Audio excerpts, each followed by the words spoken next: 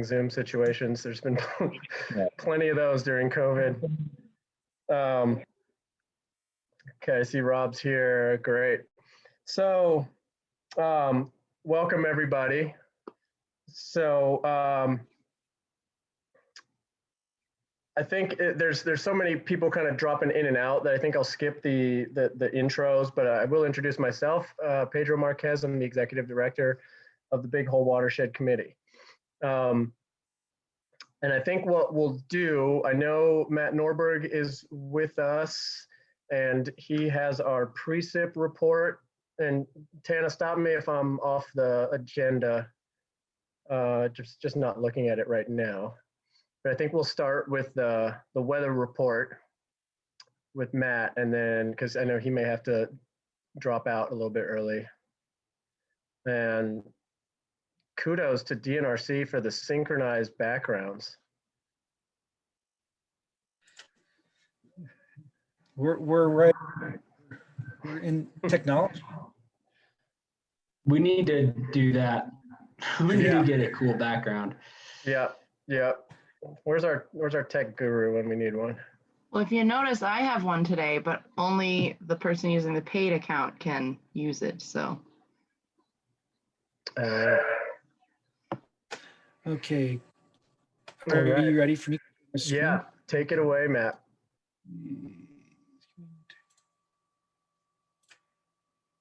Okay, you got that?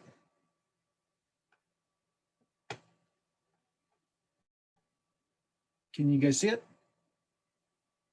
Okay, good. Okay, so this is the stream flow, not really stream flow actually, it's snowpack report, precip report for February 17th, 2021. I'm Matt Norberg, hydrologist with Montana DNRC. I primarily work in the upper Big Hole under the CCAA program for the grayling. So I guess just to start off, obviously stream flows, there's no stream gauges that are reporting right now. The Melrose gauge would be the only one that would be reporting, but that's under ice conditions. And just a little bit of a disclaimer on this.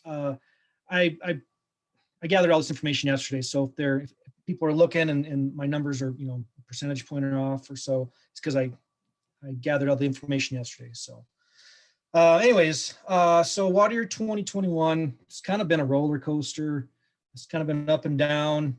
We started off the water year looking good with some big storms. We had above average precip and snowpack, and then we started transitioning into the winter months. In November, it's not officially winter, but the Big Hole, it can be definitely. November, December, and then even into January, we were well below normal. November saw some record low precip in the Big Hole, snowpack, and then we had above average temperatures even to go along with that. So it was looking a little bleak there for a while. And then La Nina finally showed herself with some much needed storms in early February. So I kind of like giving this presentation after a big storm like that because it's not nearly as dire as it was in January. But these storms, overall they raised snow water equivalent in the Big Hole from a paltry 83% up to 102% just from those February 1st to February 9th storms. And currently, right now, the snowpack in the Big Hole is about 105% of average, and the Jefferson itself is 96% of average. So we're right at that normal level currently. Precipitation, year to date in the Big Hole is 99%, and the Jefferson watershed is 95% normal. So right now we're about 2/3 of the way into our snow accumulation period, and we normally see peak snowpack conditions occurring around that April 17th mark. So here's just a chart showing exactly what I just talked about. Off to a above average start in the beginning, and then you can really see on this black line how those that lack of precipitation really flatlined our snow water equivalent in percentage wise of increasing. And then this last couple storms here in February getting us back up to that normal range. Quite a significant jump from where we were back in January. And just another chart showing Big Hole 105% of average currently. Our high elevation snow-tell sites like our Dark Horse, Saddle Mountain, and Moose Creek, those are, luckily, we're above average for those, and 112% is looking really good there. The bummer is as you move towards the east, this isn't necessarily reflective of the Big Hole, but the Ruby, Madison, and Beaverhead ranges, they didn't quite get the storms that the rest of Montana did. So they're sitting below average as compared to a lot of the other basins in the state where they're at average, or some of them are even well above average with this last round of storms. As I just mentioned, the Big Hole snow-tell sites really benefited from these February storms. Snow water equivalent gains of 3.6 and 3.2 inches for the Saddle Mountain, Slag and Melt, and the Dark Horse sites respectively. And these snow-tell sites ranked in the top 20 for the state, so that's good news for us. And I wanted to bring up, we do have a new snow-tell in the upper Big Hole Slag and Melt lakes. It was historically it was a snow course site, so what that meant was technicians would snowmobile into that site, and they would do a manual reading of that site monthly. And so that site was just upgraded last summer, and it's really going to help us much needed data point in forecasting accuracy for the Big Hole. And again, here's the precip. I'm not going to go through the black line, but you can really see those February storms really helped bring us up to around average mark. So now as we look moving forward, forecast, we're still in a La Nina advisory. However, there is a 60% chance that we could transition from La Nina to ENSO neutral for the Northern Hemisphere during the spring of 2021. So the next 3 months, about equal chances of normal temperatures. And we're still forecasted to be wetter than average, 33 to 40% chance of above normal precip. So let's hope, we can see some more of that precip that La Nina gave us a couple weeks ago.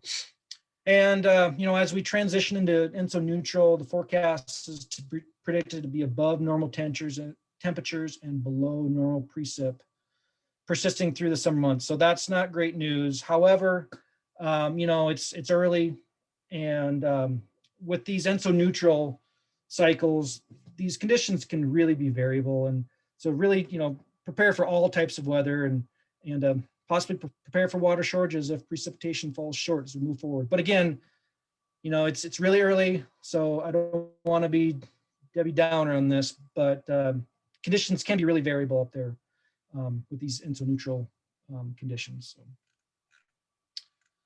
And then here's the charts showing February, March, and April, equal chances for temperature, and then above normal chances for precip. So that's looking good. And then as we move forward through the summer months, hotter and drier conditions forecasted. So that's about all I have for snowpack and the forecast. I've been talking with Pedro a little bit about stream gauges, and I just want to give an update on the stream gauges that DNRC operates, and then the stream gauges that DNRC co-ops with the USGS. So the stream gauge that DNRC provides funding for and co-op program with USGS is the Melrose gauge, and we do have funding to continue that co-op agreement at least through this coming year. And I guess we'll wait and see how things shake out with the legislature and our budgets. They were in executive action today. So moving forward, we won't know yet, probably till tomorrow. And then the Wise River gauge that DNRC operates out of the DNRC stream gauge program, we do have operations budget to continue monitoring and producing data on that stream gauge. So in the next 2 years. So moving forward is looking good. And then the furnished record sites that we operate, that DNRC operates, but then we basically give the records over to USGS, which includes the upper Big Hole River at Saginaw Bridge, and then the one at Minor Lakes Road, and then the gauge at the confluence of Minor Creek, and then Dickey Bridge. Those 4 gauges, we also have operations budget to continue operating those gauges. So just want to give a quick update on that. Any questions from anyone?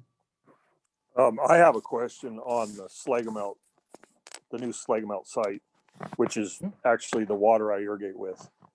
But with their new site, they moved a little ways away from the old site where they'd go measure it. So I assume you can't compare the data between the two sites totally because it's a different spot.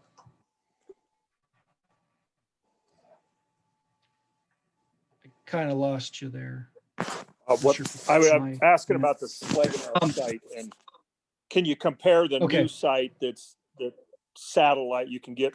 I can see here, and the guys that used to snowmobile in there, they would stop at my house first every month and go in there. But the data can't be maybe somewhat compared, but maybe not because the sites are not at the same spot. Is my question.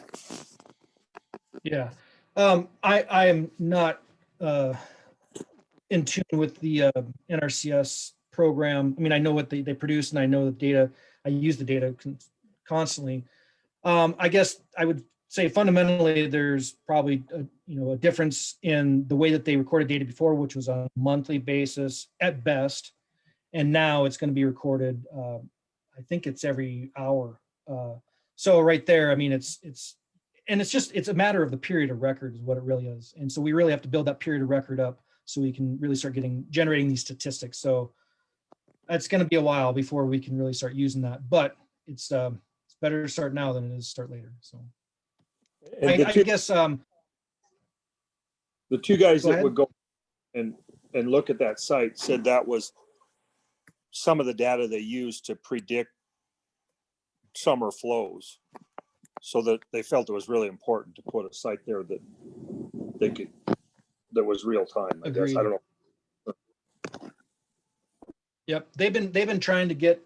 I talked to Lucas Zukowitz the other day, who's the snow specialist from Montana.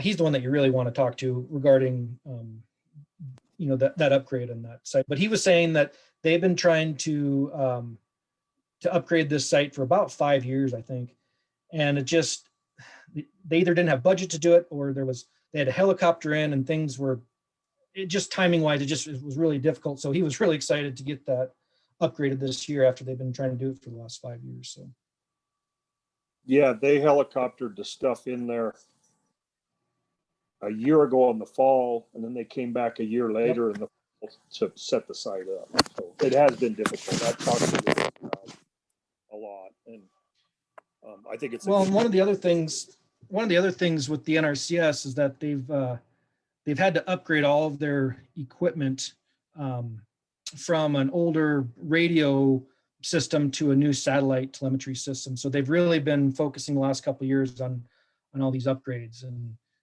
they've been really busy upgrading all these sites across Montana.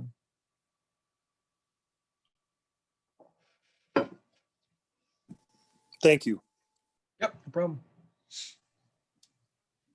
Hey, Matt, could I, if I shared my screen, could you walk us through that graph that, if you don't have it up, the graph that you presented for AGRP?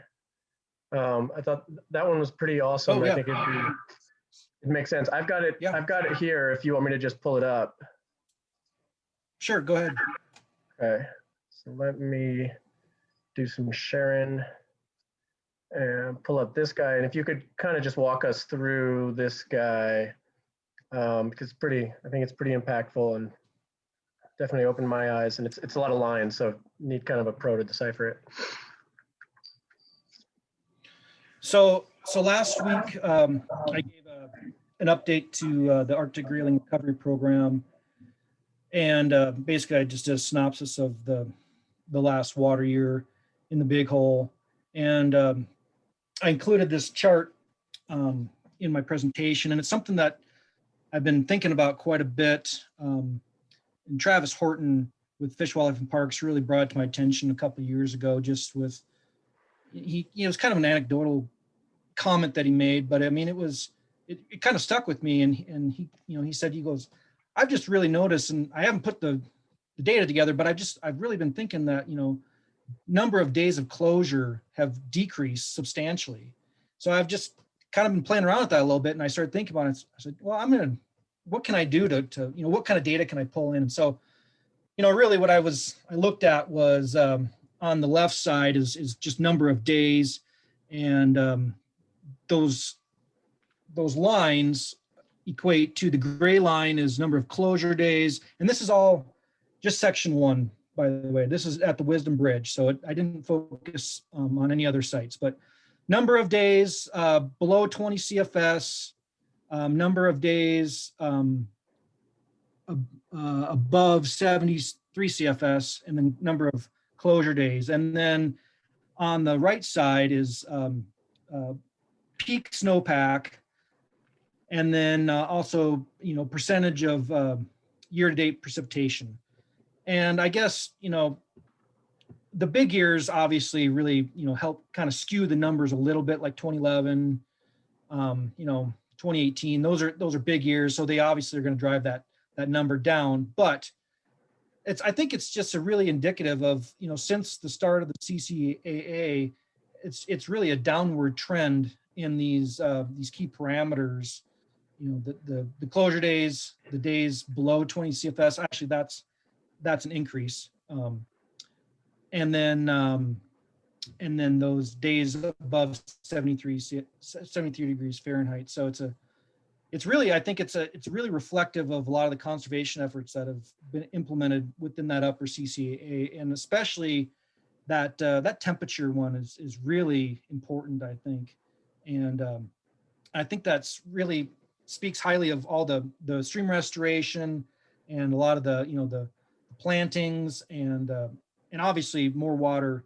The more water you have, the easier it is to keep stream temperatures down. So it's really impactful, and I think it does show a really good correlation between the efforts in conservation that have happened on that upper stretch of the river, and then just the number of days of closure have decreased. So Awesome. thanks. For Yeah, bringing that up. that's just so great, Matt. That's a good chart. It's one of the things that the types of questions that go through my mind as I sort of looking back at the record of the work that we've done, and obviously the CCAA is doing a boatload of work, and it's great to be able to go back and kind of summarize and just see where we started and where we're at now. And making it visual like this just makes it all worthwhile and makes a big impact. So thanks for doing that. And I love that you're thinking that way when you're holding that data and you can kind of bring it together to make it make sense. We take graphs like this, and I think our group and our stakeholders and folks in the Valley really take information like this to heart, and it makes an impact. So thank you. Kudos to this work, I think, and to everyone that's been involved. I think it's kind of a big deal. And Pedro, you and I have been talking about this too on some larger scale things, and obviously this can be refined a lot, but it's a start. Yeah, absolutely.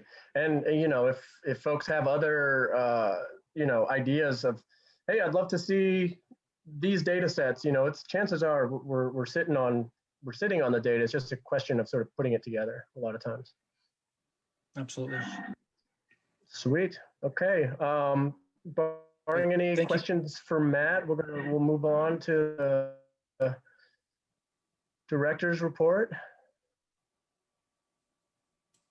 Give just a second. Not hearing any. Okay, so I will share new screen.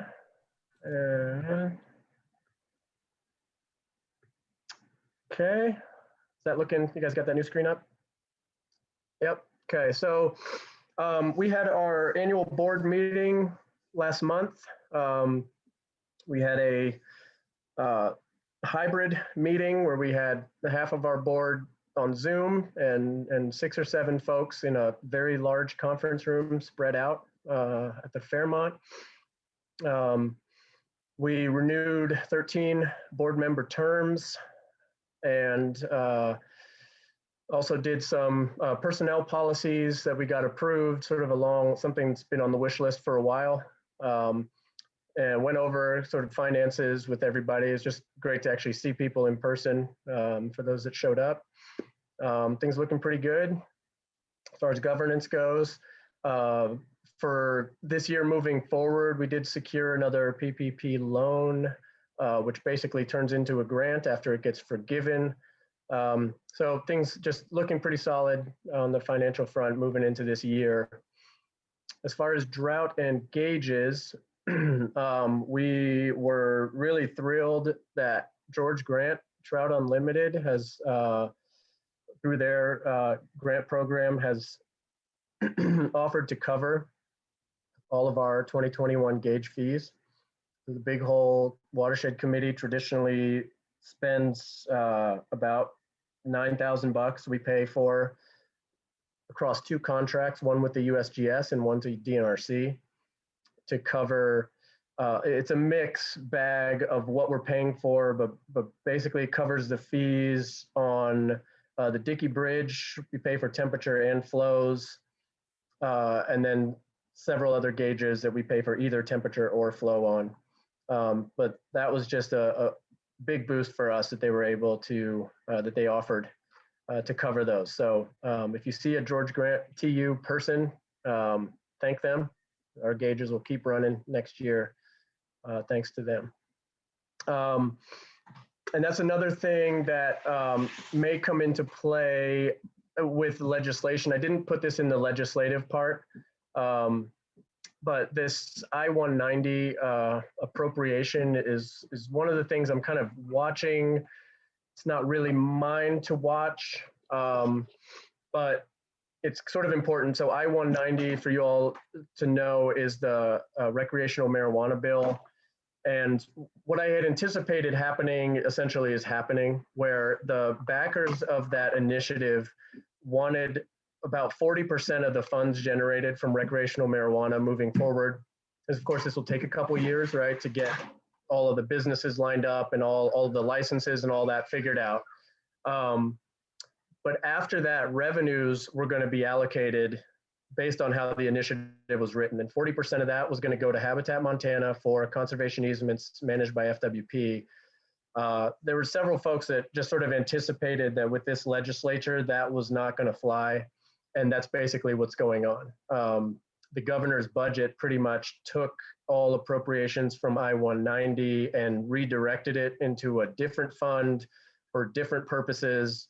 So now there's sort of a somewhat of a plan B cobbling together of a alternative appropriation of those funds going on.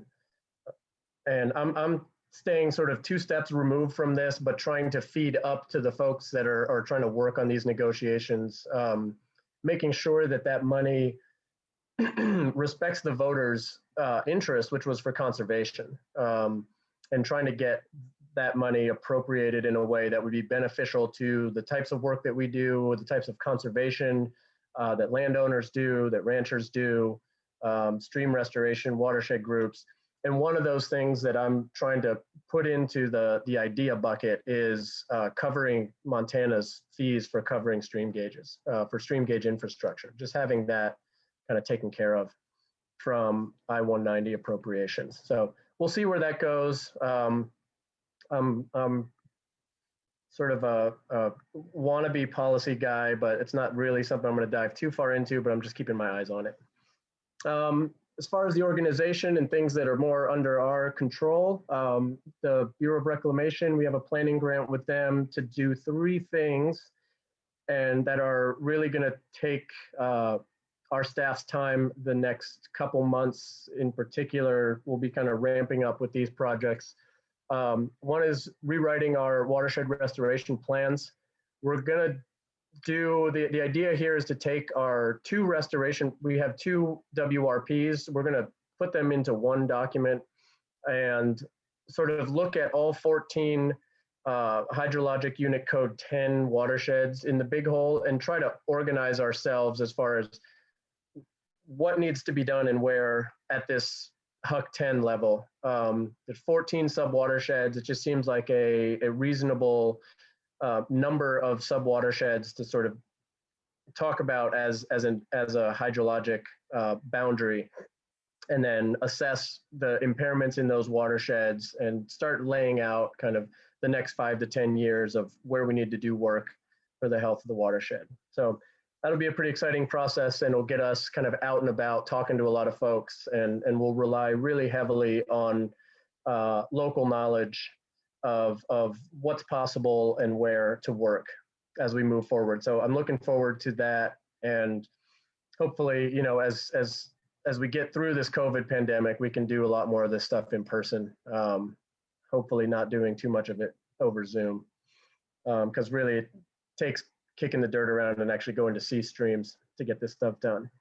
We're going to be engaging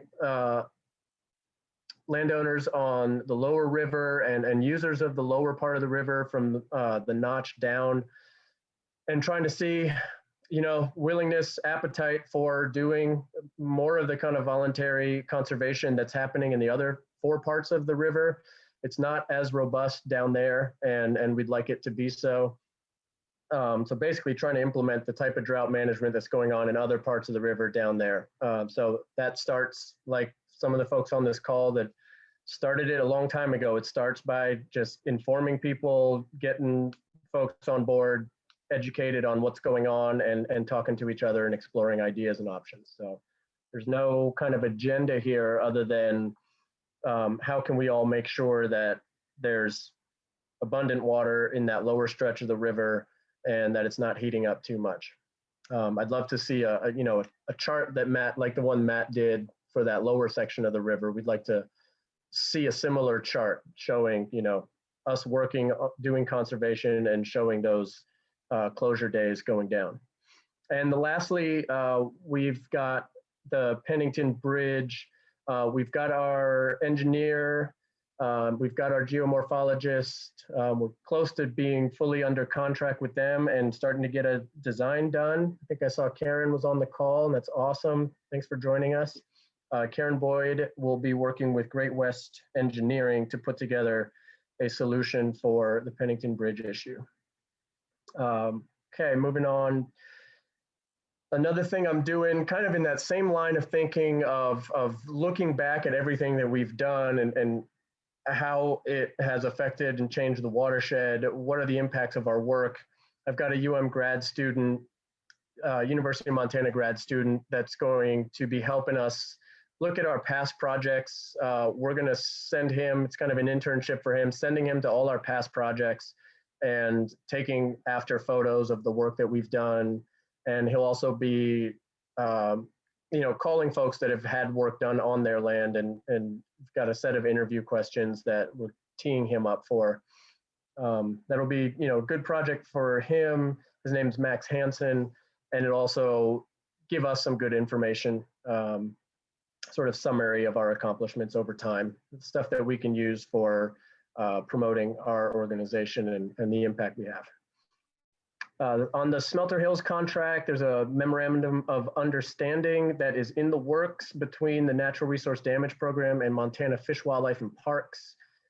Basically, that's going to, the idea here is that NRD will just fork over a chunk of money every year to Fish, Wildlife, and Parks to continue the restoration, remediation activities, and monitoring of the Smelter Hills Superfund area. It kind of just takes one agency out of the picture and gets us, would we be working directly with Vanna and Jim Olson up there without the NRD.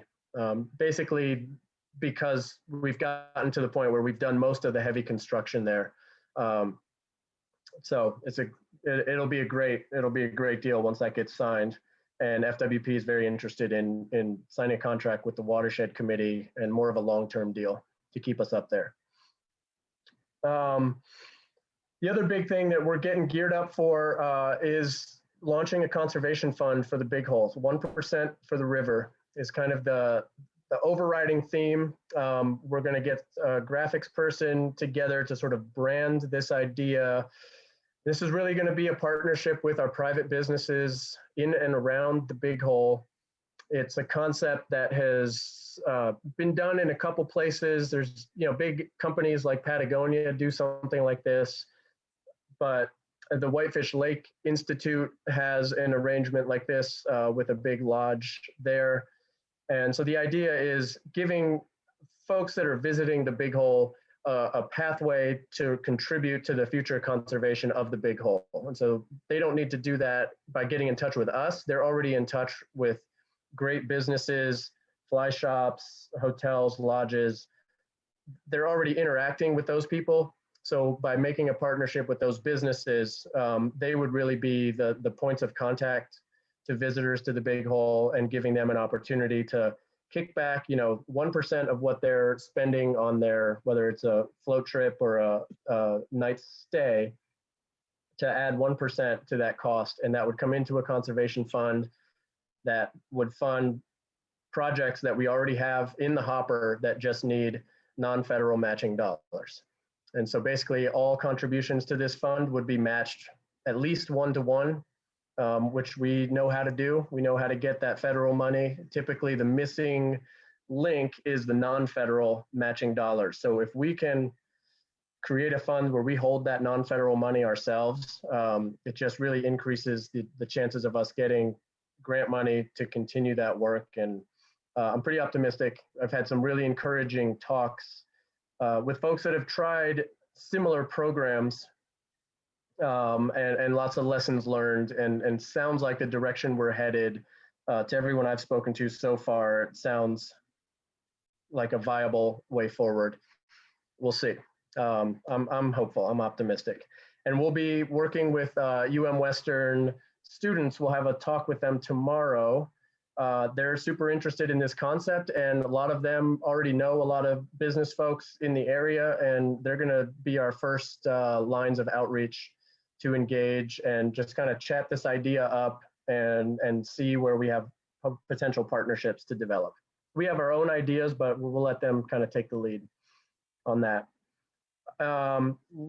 Almost lastly, we had a good talk with all of our district conservationists from the NRCS to put together a pretty big RCPP proposal. This is a regional conservation partnership program of the NRCS. It's like it's like their typical targeted implementation programs, but on steroids. It's a longer term funding arrangement, somewhere between 5 to 10 years. The recent ones that have been funded range somewhere between $3 to $8 million over that time frame. And the idea here is to go back to the irrigation prioritization that the Big Hole Committee did years ago. We already kind of evaluated all of the irrigation infrastructure in the lower part of the river that needed improvements. So we've got a good working list of where that stuff is, in addition to some new improvements that NRCS folks have been engaged in, and just get one grant, get all the expenses that we would need covered for, engineering and construction of fixes to irrigation infrastructure across the Big Hole. So it would be this thing's not due till November, but it's going to take until then to put something like this together. But if we had that, any landowner pretty much from right now, it's from divide down is the initial idea, but pretty much any irrigation infrastructure improvements that would benefit the river as far as cold water, decreased sedimentation, things like that, improve fisheries. If we can land something like this, we'd be able to support landowners to get that work done. And lastly, I know I've got a lot on this slide, but looking at just two pieces of legislation, I'll start with the second one first, is Senate Bill 153. Some of you may have heard of this one, and the way it was originally written sounded kind of scary to conservation folks. It was pretty much like the largest restructuring of fish, wildlife, and parks that's been done in a long time. And it's not going to turn out the way it was originally written. So it's getting redrafted right now. It originally caused quite a hubbub. I had lots of emails and calls coming in from people that were concerned about it. And it looks like it's kind of being re-looked at. So if anyone hears anything about SB 153, just hold your horses. It's getting a modification.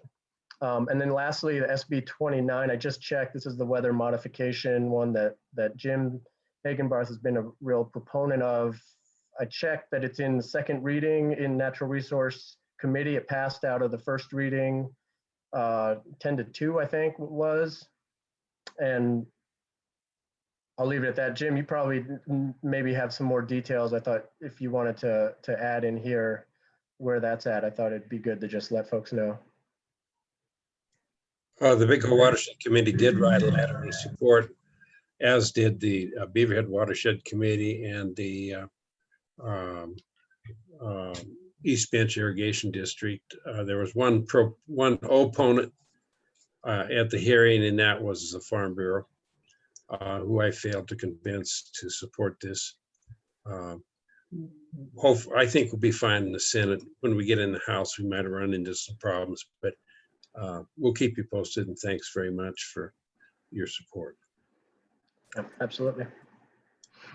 Great. So that's my update. And I will stop sharing this one. And unless there's any questions, I think we can move on to steering committee report. Any updates from our steering committee? I think I've got at least one on here. Oh, we got two. Hey, Pedro, could I interrupt? This is Karen. I have a quick Yeah. question. Absolutely. Hi, Karen. Hi. So I learned today that there's another bill called HB 352 that Jedediah Hinkle has submitted.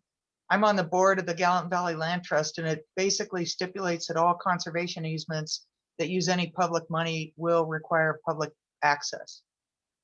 And the land trusts, there's a lot of concern about what this might mean for the easement world. And so Sherwin Leap from here in the Gallatin Valley, he testified yesterday, and they're trying to track it before it might leave committee. So I just throw that out there. It's HB 352. Great. Yeah, thank you. It's hard to, there's a lot moving right now. And it's hard to know kind of which ones to pay attention to and which ones to, but yeah, we'll put that one in the hopper of things to keep looking at. And yeah, and let us, we inform our board, and if our board decides by consensus that it's worth taking action or sending letters, pro or against a particular piece of legislation, we'll do that.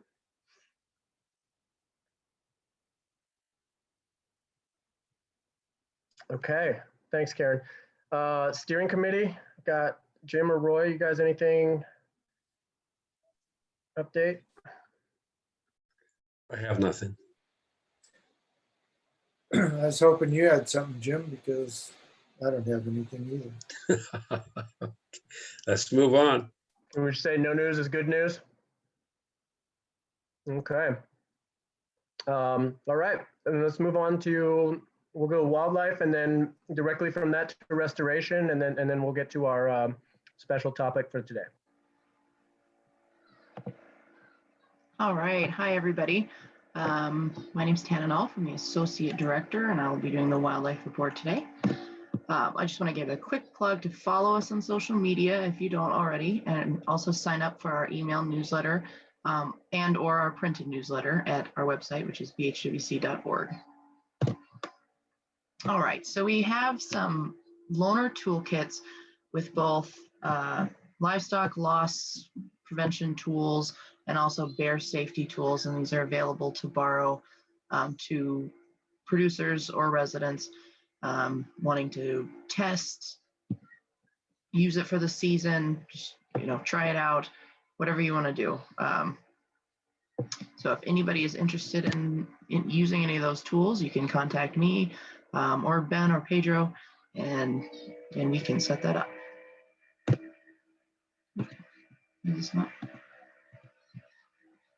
I can't get my slide to move now. Oh, no, I went too far.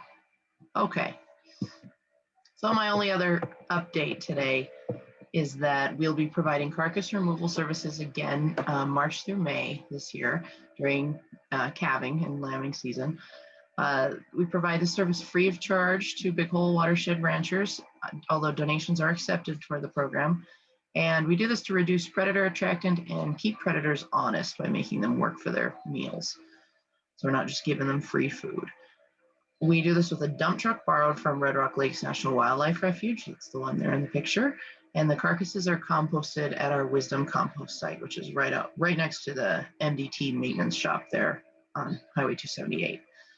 And so we'll be starting that up really soon. We're in the process of getting the dump truck moved up from the Centennial right now. And yeah, probably March 1st, we hope that should be available. So if you're interested in carcass removal, if you want to schedule carcass removal, contact John Costa. His information is there, or you can also get in touch with me and I can get you through to John. And our producer information is always kept confidential. So we will say at the end of the season, 9 producers participated or something like that, but we're never gonna tell anybody anything about your livestock operations or losses. And that's all I've got for wildlife today. Any questions? All right, we'll hand it over to Ben then for a restoration report.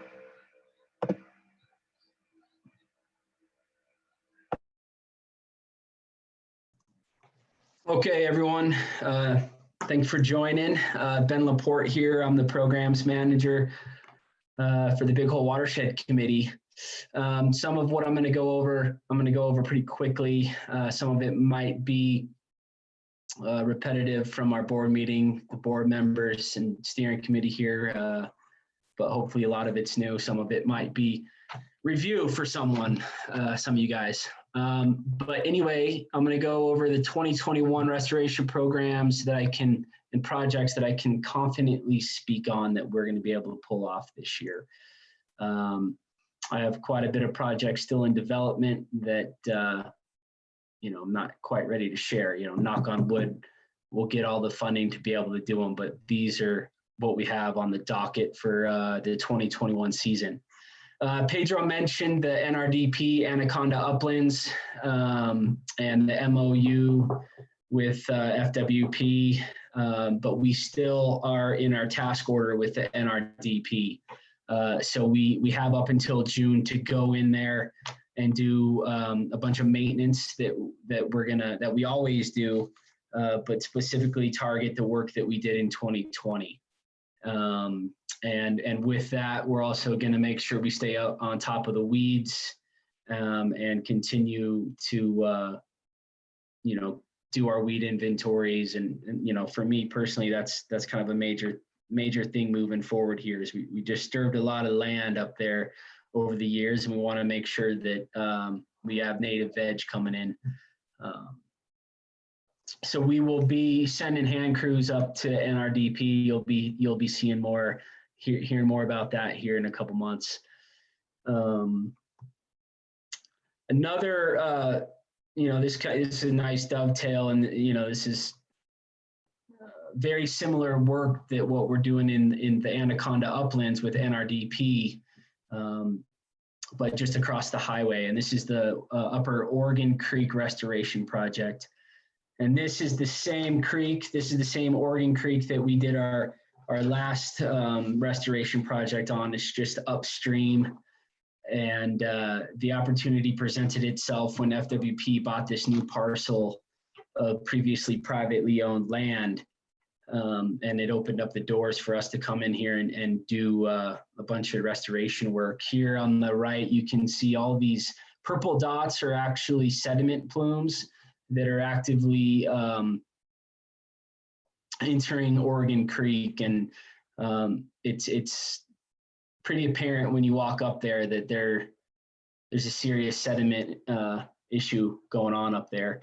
So a lot of the work that we've done with NRDP, we've treated all these gullies, but the gullies here in the bare areas, we haven't been able to get to yet. They've been on private land. So now that they're on FWP in the state land, we can go in there. Same exact treatments that we do on the NRDP side. We'll be implementing that toolbox here over the next couple years. So revegetation, sediment control, and floodplain enhancement. It's going to be pretty cool. So this fall, I'm hoping to get crews in here and do some low tech BDA type structures here in the stream to start to capture some of the sediment from the hillsides, then go in and revegetate. Also on the docket, we have our 40-bar ranch bank stabilization project.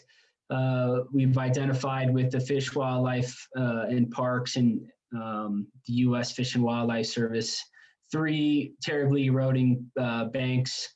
This is on a ranch north of Jackson, south of Wisdom, and we're gonna go in there and we're gonna stabilize 1,260 feet of stream bank here, 3 different zones. But we've done this type of work before with our incentive program, and basically we're going to use the same engineering, same sort of designs to go in here and reduce sedimentation, get some really deep-rooted riparian veg established, and get some shade established on these stream banks. Matt Norberg touched on it, but these are the type of projects that really make a difference in the Arctic grayling habitat and the health of the Big Hole, especially this upper portion where the Arctic grayling certainly are. Hope to be doing this one most likely in the fall. Moving on, this Centerum Phase 1 project and this Mossa bank planting project are both projects that I got funding for with the Montana Watershed Coordination Council. And, Pedro touched on the Pennington Bridge project, and the Centerum Bank Restoration Project ties into that. And you can see on the right-hand side here, this is the point bar that we're proposing to remove in this Phase 1 project here. This is the Pennington Bridge. So there's a much larger fix that we need to do here, but our project partners, and we believe that this is the best move for right now to tackle this bank, tackle this project, alleviate some of the stress that we're seeing here that's chewing up this bank, causing havoc to the landowners here. And hopefully, if everything goes smoothly, we need to gather a couple more funds here, but we can implement this project here before spring runoff. And Karen Boyd's on the call, and she's well aware of this area. So hoping that that's going to be successful, and the Phase 2 will be longer down in the future. Lastly, this Mossa bank planting project. This is mainly just a feel-good project. It's going to take just a couple of days. But this bank here is just outside of Melrose. Landowner reached out, saw all the good work that we did with the incentive program. Unfortunately, the incentive program was just ending, and we were running out of funds before I could help this specific landowner out. But he was impressed with some of the work that we did, and he was curious if we could help him out. And we're going to help him out. We're going to come in here and plant a bunch of mature willows and just try to get this bank established with some vegetation before we do any bigger earth moving project. That the idea is to come in here and do more of a passive approach to get some roots established here on this bank.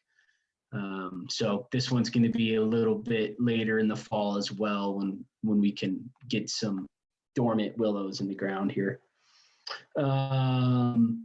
That's pretty much it for me, guys. Other than that, I've been staying plenty busy, working on everything else that Pedro mentioned, updating the WRPs, looking at this irrigation infrastructure, and pouring a lot of time into the 1% for the river project. So those 3 major things that we have going on in our organization are keeping me busy, as well as getting these projects done. So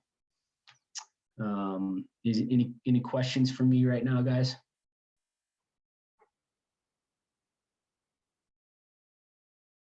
Awesome.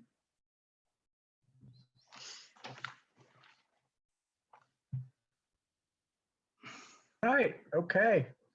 With no further ado, and there's no cookies and coffee to get up and go munch on right now because we're all zooming this thing. So we're going to jump right into our featured event for tonight. And I'm not sure how you guys are going to structure it. Tiffany, do you want to just take it, or do you guys have an order who's going to go first, or how it's going to? Yeah, great question. Thanks, Pedro. Rob, I'll share my screen here. Let me just start by doing that. And then Rob, I don't know if you want to say, we didn't kind of plan this out, but I do have some slides to show. And give me a second here. You think I know how to do this faster by now? Looks like it's coming. Yeah, okay. Yeah. So yeah, I guess I'll just start by saying thanks for inviting us, Pedro and Tana, to kind of talk about this today. We do have some slides. My name is Tiffany Leiden, and I'm a floodplain outreach specialist with DNRC. And we've got a number of other people on the line here to help with if we've got questions. A couple of colleagues from DNRC, Nadine Wadsworth and Tracy Sears. But we also have somebody else that's been involved in this project, or at least part of it, Rob Makarowski from the county. So Rob, I don't know if you want to say a few words before I kind of launch into the rest of it. No, I think I'm okay. You're doing fine. I'll let you go. Okay, super. Thank you. Okay, yeah, thanks. So yeah, really what I want to do tonight is just, I have a short presentation to kind of share some slides to help us walk through this. And I just want to cover a little bit about what floodplain maps are and the existing floodplain maps on the Big Hole and also the rest of Beaverhead County, and why some of you who are on the call may be here because you've gotten a letter inviting you to tonight's meeting. We will kind of talk about sort of what that is and really why this project might be of interest to you, or what does it mean for you, and kind of talk through some next steps. I will say, if there are specific questions about somebody's property that we aren't able to get to tonight, I've got my contact information at the end of this, and I'd be happy to follow up with anybody with any more specific questions, or you can always reach out to Pedro or Tana and get in touch with us. So, we're here kind of talking about floodplain maps, and really one of the main purposes of floodplain maps is to help identify those areas at risk of getting flooded. And one of the reasons is that we want to try to keep people out of harm's way in these big flood events and reduce damage to buildings and other infrastructure when we can. The state and Beaverhead County and other partners and agencies, we all work together to try to identify and reduce these flood risks. And so you see here a picture of a floodplain map for the Beaverhead River. This is a map that's been in place here since '82, another part of the county. But I guess I just want to point out what typically gets put on these official floodplain maps is not just any flood event. What gets put on these maps are the areas at risk from what we call a 100-year flood event. And rather than think of it in years, it's better to really think of it, it's the flood that has a 1% chance of occurring in any given year. So those are pretty synonymous terms that you'll hear. The other thing to keep in mind with floodplain maps is that when you do have a real flood event, that there sometimes are localized conditions like a blocked culvert or debris that cause the water to behave differently in some spots, but really by and large, if we're doing a good job with these floodplain maps, they should represent those areas at risk of getting flooded during a 100-year or 1% flood event.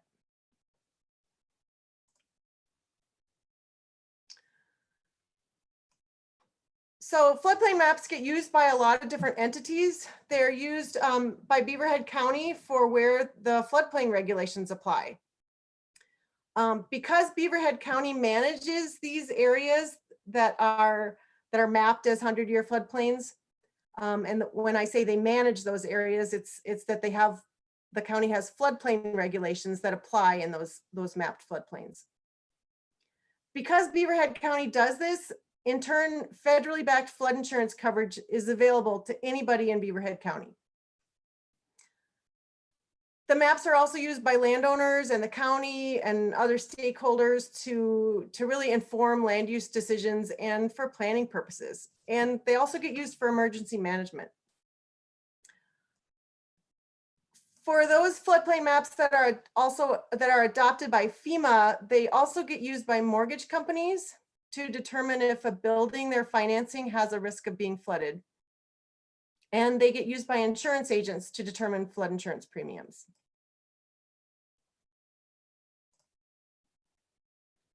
So looking to the Big Hole, you've actually had floodplain maps on part of the Big Hole River since 1986.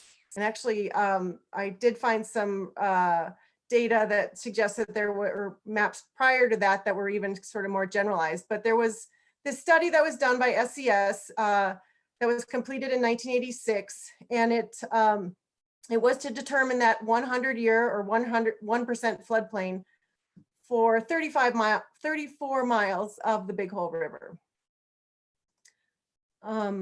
So it was done kind of this portion of the county where you see that red line. I don't know if you can see my cursor there. So basically from Dickey Bridge down to Melrose, kind of the entire border with Silver Bow County.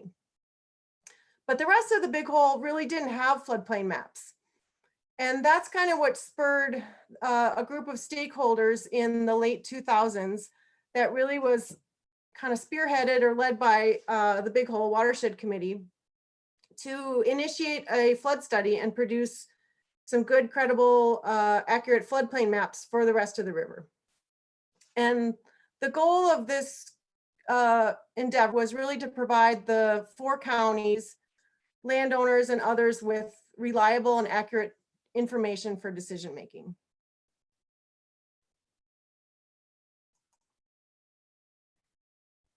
So this study that was initiated and really kind of got underway in 2011 had 2 parts.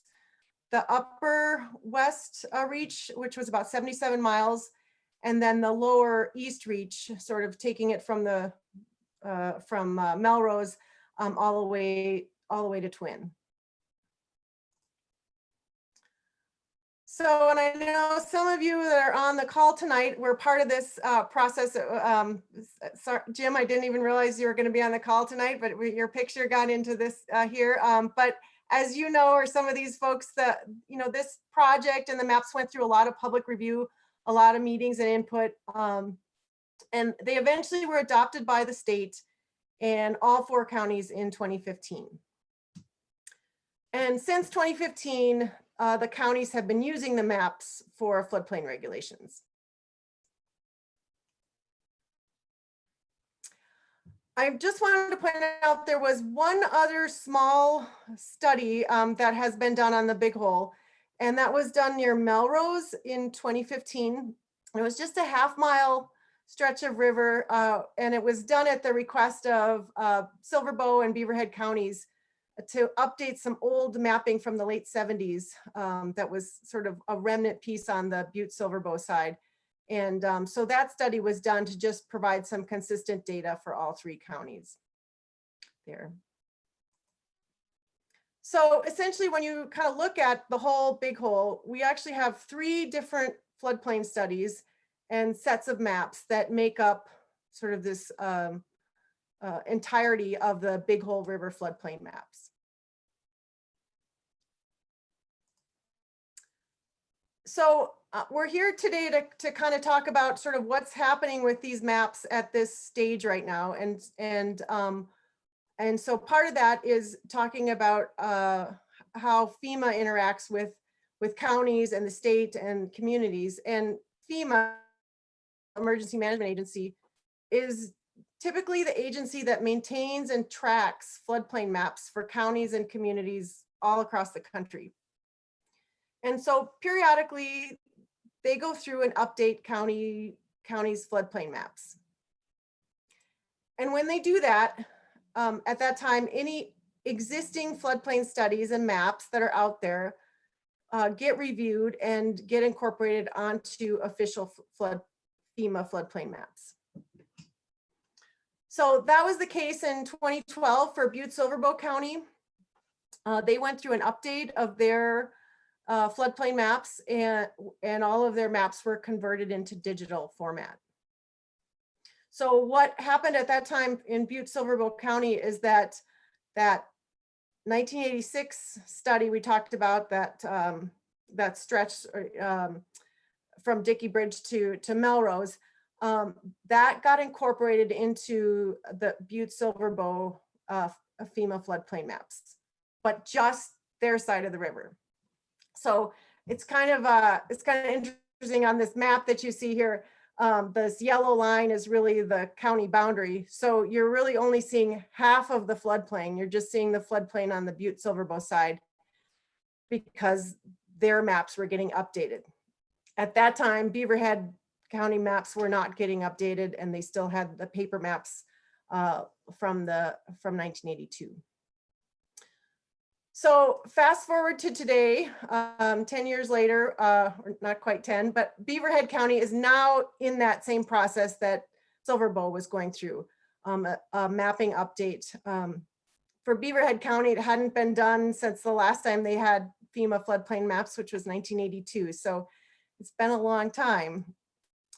So as part of the process for kind of updating all of the maps in the county, this was a pretty big endeavor that involved FEMA and the counties and the state, and it entailed also doing some new flood studies on some of the other rivers in the county that had existing maps, and that includes the Beaverhead River, Blacktail Deer Creek, and then Junction Creek in Lima. So those are that was an endeavor to basically update some of their outdated FEMA floodplain maps that hadn't been updated since the early 80s.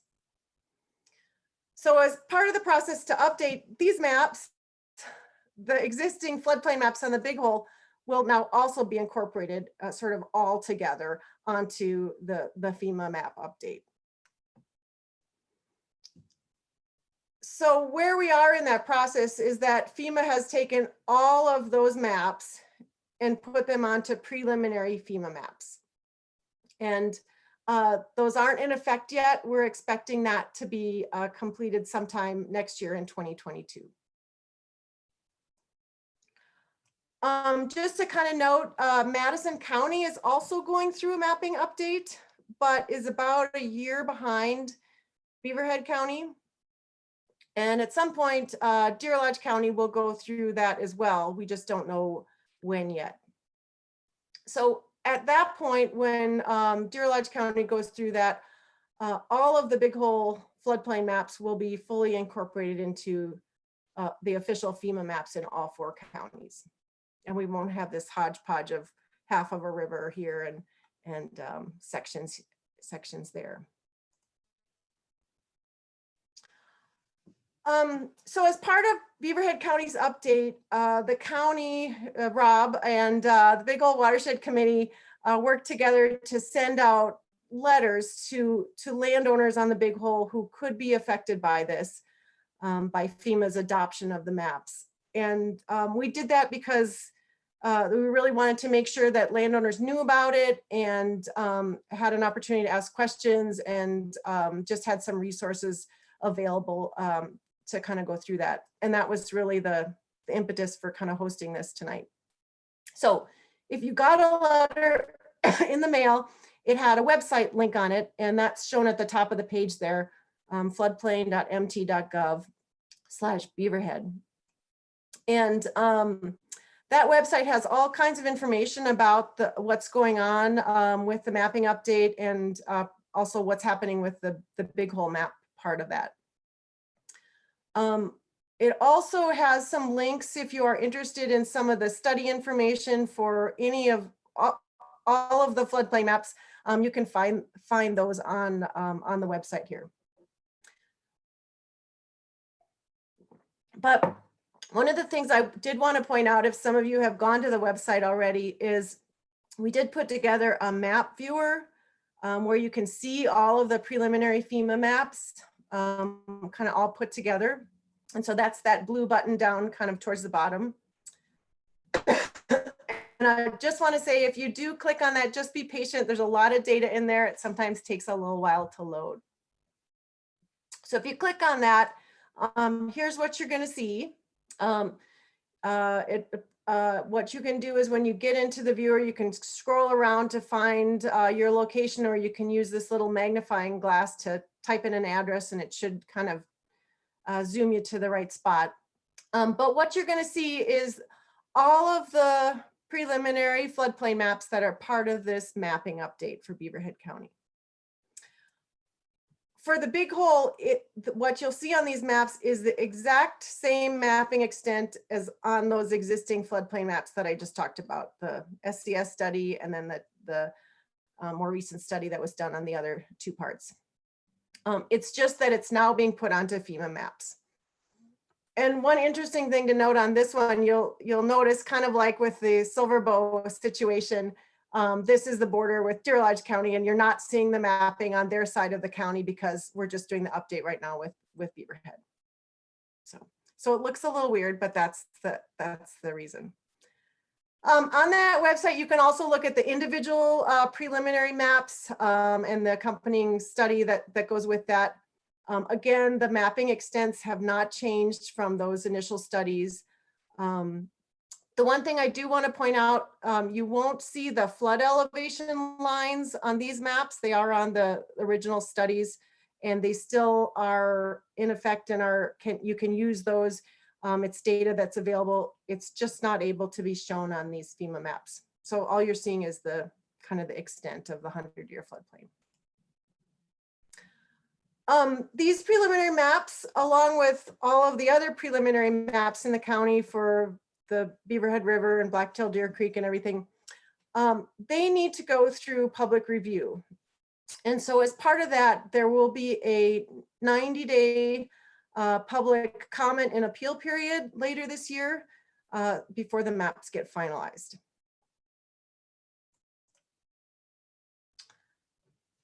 We're expecting that 90-day appeal period to start in early summer. So kind of look for that like late May, early June, I would think. And really the purpose of that is that if you think there's an error with one of these studies, or if there's something inaccurate, that's the kind of thing we want to have brought forward during this time, because we want to make sure that things are correct. Or if somebody wants to dispute the information, or you've got other data or supporting documentation, that's important to provide during this time, so it can be reviewed. And if we need to make any changes to the maps, or if FEMA needs to make any changes, we can do that at that time. We do have information about this if that is something you're interested in. We do have that on that project website, or you can always contact Rob Makarowski at the county planning office or us at DNRC, and we can kind of get you the information about it. I guess just bottom line is that anything that comes in during that comment period gets reviewed, and that if there are changes need to be made, then the maps will be updated and finalized. And kind of the time frame for that, we'd expect that the maps would be finalized in mid to late 2022. Okay, so just sort of the really big question that sort of is out there is really, what does that mean for me if I own property in the 100-year floodplain of the Big Hole River? What does this mean for me when the FEMA maps go into effect in 2022? We did put together this fact sheet that's kind of specific to that, the Big Hole, and kind of details what it means, and you can find this on that website. But I'll just sort of walk through the highlights, and it's really, there's really two ways that sort of you might be affected, or you might be really kind of want to know about this. Is that one, if you're planning any new development on your property that's in the 100-year floodplain, there are floodplain regulations you'll need to follow. And the second is flood insurance. So I'm going to just kind of go through some highlights of both of those. So I'll start with floodplain development requirements in terms of new building. And really the big takeaway for the Big Hole is that you're really not going to see any changes with this FEMA mapping update that's coming. Because the reason is that the Big Hole River floodplain maps are already being used by Beaverhead County for floodplain regulations, and they have been since 2015. So you won't see any changes with that. And just to kind of reiterate sort of what those current things that are in place are, is that floodplain permits are required in any mapped floodplain for any new construction or modification to existing structures or any man-made activity really in that 100-year floodplain. So if you've got questions about that, Rob gets those permit applications or some of those questions a lot, and we can help him with that. But essentially just those are, the floodplain regulations are really there to help ensure that whatever someone does on their property is not going to adversely affect somebody else. Yeah, Tiffany, if I could just add one thing too, is under beaverheadcounty.org, if you want to go in there and to our county website and look under land use planner, you will also see the floodplain ordinance there that you can look at, and also the permit to fill out if you're looking for that. So I think that's it, Tiff. No, it's great. Okay. Yeah, I don't think I think that's good enough for sort of development regulations. If somebody has questions, we can certainly dig into those. But let's talk about the other piece where it could affect a landowner, is the flood insurance piece. And so really the bottom line is when FEMA does incorporate these maps and they go into effect in 2022, your lender will require you to carry flood insurance if, and there's sort of two pieces here, if you have a building that is in that 100-year mapped floodplain and you have a loan on that building, a federally backed loan. What happens is that when FEMA flood maps get updated, lenders are typically going to reevaluate their loans. And if the new maps show that there is a flood risk to a building, then that lender is going to require flood insurance as a way to protect their investment. If you have a building that is outside of the 100-year floodplain, or you don't have a loan on that building, and so you don't have a lender that's telling you you've got to have flood insurance. Flood insurance isn't mandatory, but we just want to say that it's still recommended. There's still a risk to that property, and it's a good idea to have some insurance coverage on that for you. A couple other sort of take-home points is that a lender can still always require flood insurance to protect their investment, regardless of where a building is located. And then homeowners insurance doesn't cover flooding, so flood insurance is really kind of one of the big ways to protect your investment in case of a flood event. A couple more kind of points of this. If you are in that situation where you have a building in the 100-year floodplain of the Big Hole River, and in 2022, it will be the first time that there is a FEMA map showing that your building is in the 100-year floodplain on a FEMA map. There are some cost-saving options out there that are available. We do have some information about that. And really, if you are talking with an insurance agent about flood insurance, just be sure to ask them about this newly mapped rate, because it is a discounted rate for people in that situation. Whether you are required to have flood insurance or you just decide you want to carry it. So sometimes we get asked, well, what if my building is on high ground and and I think it's actually out of the floodplain, even though the maps show it in. And I will say there are situations where there are limitations in the scale or the detail that floodplain maps can show. So sometimes small areas of ground, like in this picture here, may be above the 100-year floodplain, and therefore they're technically out of it because they're high. But it's just not showing up on the map because the map can't show that level of detail. Once the FEMA maps go into effect, there is a process that you can request FEMA to make a more detailed determination for your house. And that process is called a letter of map amendment. I'm not going to go into it now because it can be a little complicated, but I just want to let people know about that. If you have specific questions about that or what might be needed, you can always talk with Rob at the county or with us at DNRC to kind of walk through that. And that just to kind of know that this process is really always available to provide more detail than the maps might show. So that's kind of mostly what I have. Just wanted to kind of talk about sort of next steps that these preliminary maps have to go through this public review period. It's an important part of mapping updates, and we want people to review things, and we want the more eyes on these things, the better. So that appeal and comment period will open up in early summer. And after that, then the maps will get finalized and the FEMA maps will go into effect sometime in 2022. So I felt like I talked through that pretty quickly. Sorry, but that's sort of all that I have to kind of share with the slides. Just maybe want to open it up if there are kind of comments or questions.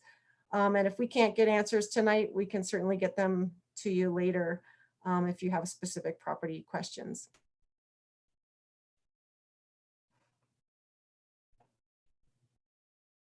So anybody have any questions or thoughts?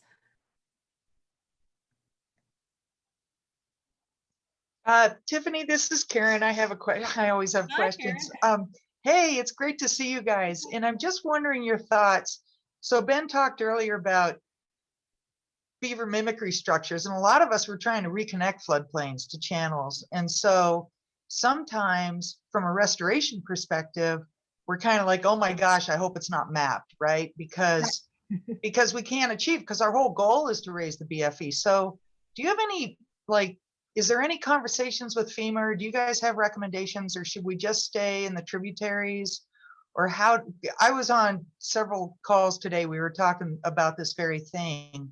How do we integrate the risk management through FEMA with the restoration opportunity through hydrologic reconnection of floodplains? Yeah, well, I know Tracy was on, there's been a lot of activity about this, a lot of questions about that, because it is a tricky situation, as you know. So Tracy, I don't know if you heard Karen's question, if you want to weigh in on that, or I can try to.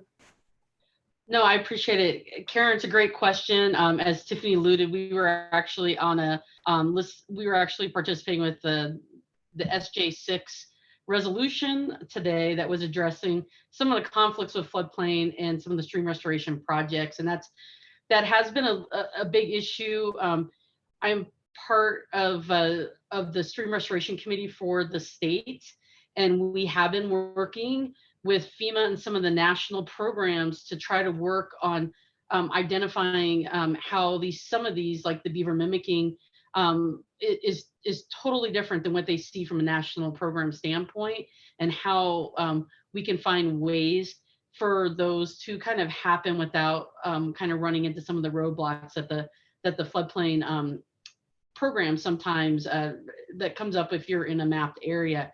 Now, that's not always the case. We see a lot of stream restoration projects around the states, but the beaver mimicking is one, you're right, where it does typically raise that floodplain. And so we've talked we've talked with FEMA on, different ways that maybe a community can kind of present that. We haven't gotten, they're willing to work with us, but we haven't had any direct beaver mimicking in actual special flood hazard areas yet, which is kind of ironic. They've always been kind of outside. And so we're trying to talk to them if it can be contained on one property.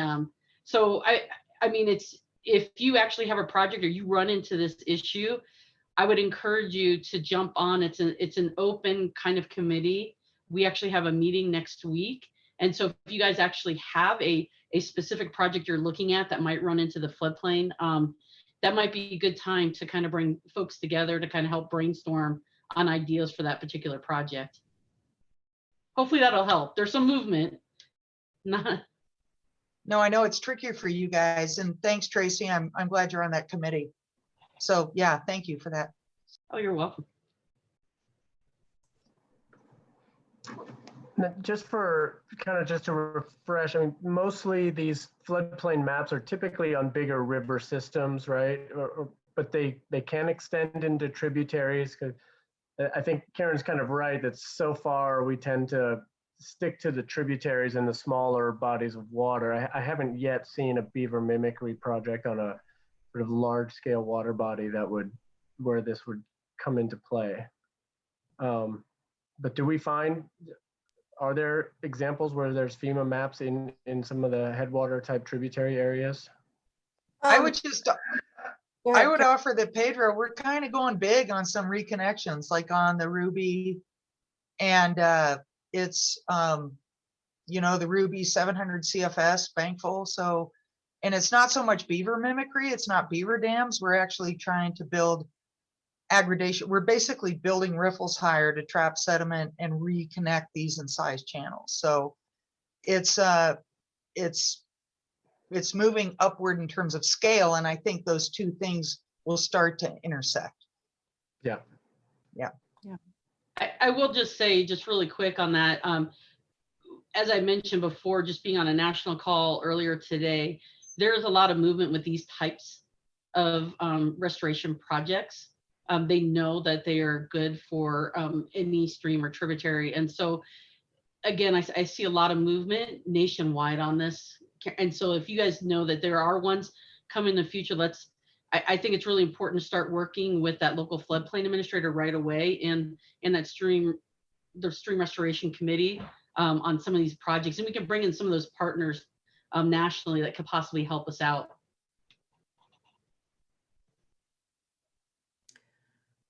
But Pedro, I guess I will say, so in the big hole, I think my recollection is really it's just the main stem that has that are currently are mapped floodplains.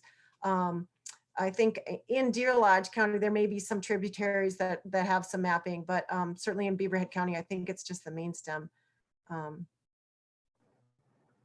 Okay, thanks.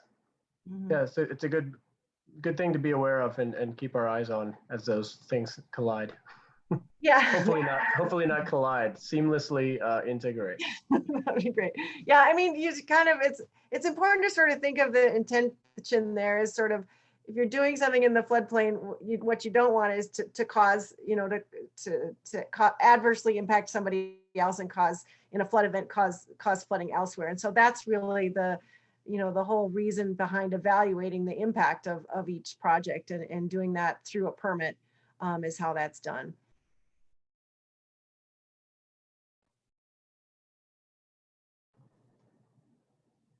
Makes sense. Yeah. Any other comments or questions? Yeah. Are there any landowners on the call that got a letter? I guess I'm curious to know. Oh, okay. Good.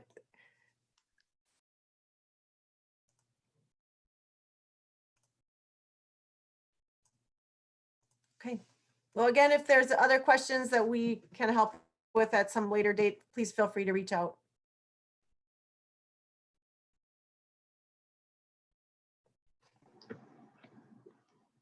Super. Well, I know that it's been a kind of a really long process that the Watershed Committee has when I first started with the committee, I got shown these floodplain maps and it was always a topic of conversation, and I'm really glad to see the county and you guys moving forward with these and adopting them. And it's kind of been a long haul for us as an organization to keep this moving forward. Agreed. So appreciate it. And this partnership, it's great to just kind of be in lockstep with you guys as this stuff rolls out, and happy to provide just a communication sort of platform for folks where this might be affected. That's great. I'm Yeah. suspecting that most of the properties are older and maybe don't have loans on them, particularly around the Wisdom area. Yeah, I mean, there is a little part of Wisdom that is affected by the mapping, but for the rest of the river, there aren't a lot of structures. I mean, I think people have done a good job of not building down in the river, bottom, building higher. And so hopefully we can, that's one of the outcomes of sort of having these on national FEMA maps, that, people are looking at them, and that, even newcomers to the area, and, hopefully making smart choices about where they're building and doing things. So, Pedro, some of the concern in Wisdom when they originally come up with these floodplain maps is it devalued some of the property due to the fact it was in the floodplain. And so the next person that might come along and buy it was required to get flood insurance, which in some cases made it not feasible to buy. So it actually devalued a few properties, but it's a good thing. And Dad and I were a part of this when Beaverhead County was going through it. And we have one cabin that's within a floodplain, but it's no big deal. If it floats away, I'll build it somewhere else next time. Great. Well, thanks, Dean. And if you hear, you're sort of in the center of the action up there. If you hear of anybody or anything where this might be affected, just point them our way, and we can help get support. Good. Yep. Hey, Tiffany, you might have touched on this in your presentation, but what if a guy wants to build and they know that they want to build within the 100-year floodplain? I know you mentioned the floodplain permits, but how difficult are those to get, prior to 2022, if a guy wants to build right on the side of the river? So great question. I'm going to just back up a little bit to kind of have that slide up here. So the 2022 date really has no bearing on that. So right now, Beaverhead County uses the maps. That's where the floodplain regulations apply. So anywhere in that mapped floodplain, you need to get a permit if you're going to do building. So you can get a building or can get a permit for that. That goes through the county. And kind of the main, if we're talking about a house or building here, really the main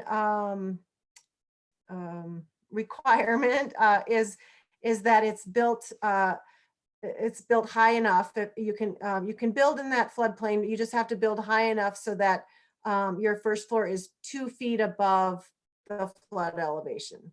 And that's really a safety standard there, so that you're going to be high and dry and not get a lot of damage when you do have a flood event. The other thing that the permit process will do is look at the impact of what you're putting there. Is it going to adversely affect somewhere else or push water somewhere else? So be a component of that permit application to evaluate the impacts of putting something in the floodplain there. And if you're bringing in fill, that's a part of it too. But it doesn't mean you can't get a floodplain permit, and they're not impossible to get. They do just take some logistics and probably working with, you may be working with an engineer or surveyor or something that can help you with some of those specifics. Thanks. Help?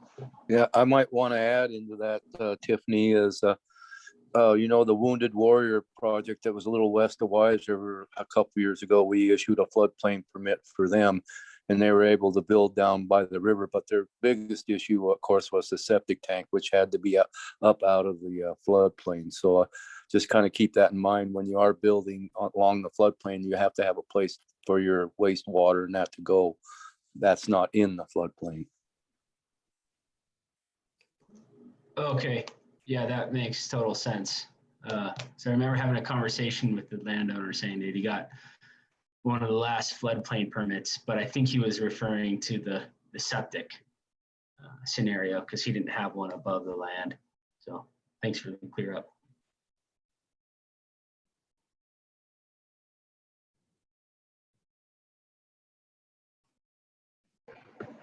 Awesome. Well, if there's no other burning questions out there, it's just really great to see all your faces and see all the folks that joined. Really appreciate you meeting with us today in this virtual format. Looking forward to this COVID thing getting behind us and we can meet in person again. Thanks so much to DNRC, Tiffany, Nadine, to the county, to Rob. Thanks, Tracy, for joining us as well, and everybody else. And unless there's anything burning, anyone wants to get off their chest or mind, we'll call that one a wrap. We'll see you guys next month. Tana, you got the date on that? I don't have it right in front of me. Our next meeting, our March meeting. I closed that spreadsheet, but it's March 17th and it'll be at 7 p.m. because of daylight savings time. Okay. Super. Thanks everybody for joining us. Have a great night. Thanks, Pedro. Thanks, Yes. Tana.